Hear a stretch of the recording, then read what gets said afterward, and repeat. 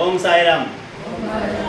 అమ్మా, ఈరోజు మన ఆశ్రమంలో మీకందరికి కూడా చక్కని భోజనాలు ఏర్పాటు చేసినటువంటి వారమ్మ అమ్మగారు బీరక జమునమ్మ గారు.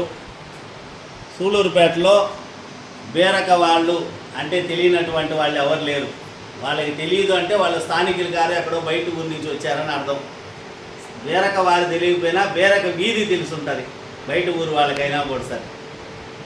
అదేవిధంగా బీరక గిరి గారు కానీ వీరి కుటుంబం కానీ ఎంతోమందికి అక్కడ నీడ కల్పించి వాళ్ళ వ్యాపారం ద్వారా ఎంతోమందికి ముక్తి కలిగించినటువంటి కుటుంబం వారు నిజంగా సూళ్ళూరుపేటలో కొన్ని కుటుంబాలు ఎంతోమందిని కుటుంబాలని కాపాడాయి.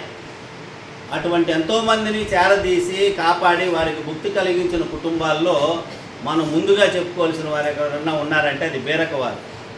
మనం కూడా ప్రతి పని మీద వెళ్తూ బజారుకి ఆ బీరక వారి వీధిలోంచి వెళ్ళాల్సిందే, వీళ్ళ వీధిలోంచి వెళ్ళాల్సిందే. ఎవరు వెళ్ళినా కూడా సరే వీళ్ళ వీధిలో అడుగు పెట్టినటువంటి వారే ఉండరు.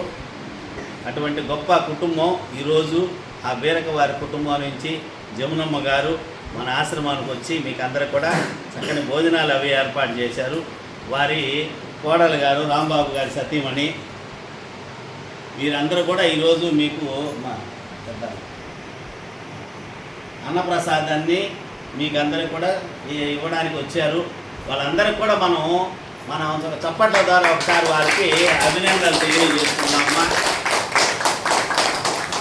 నిజంగా ఒక ఆశ్రమాన్ని నడపడం ఎంత కష్టమైన పనో చాలామంది తెలుసు. అందువల్ల ఎవరు కూడా ఒక వృద్ధుల ఆశ్రమాన్ని పెట్టడానికి సూళ్ళూరుపేటలో ముందుకు రాలేదు. సాయినాథుడి పైన నమ్మకంతో నేను ముందుకు వచ్చాను.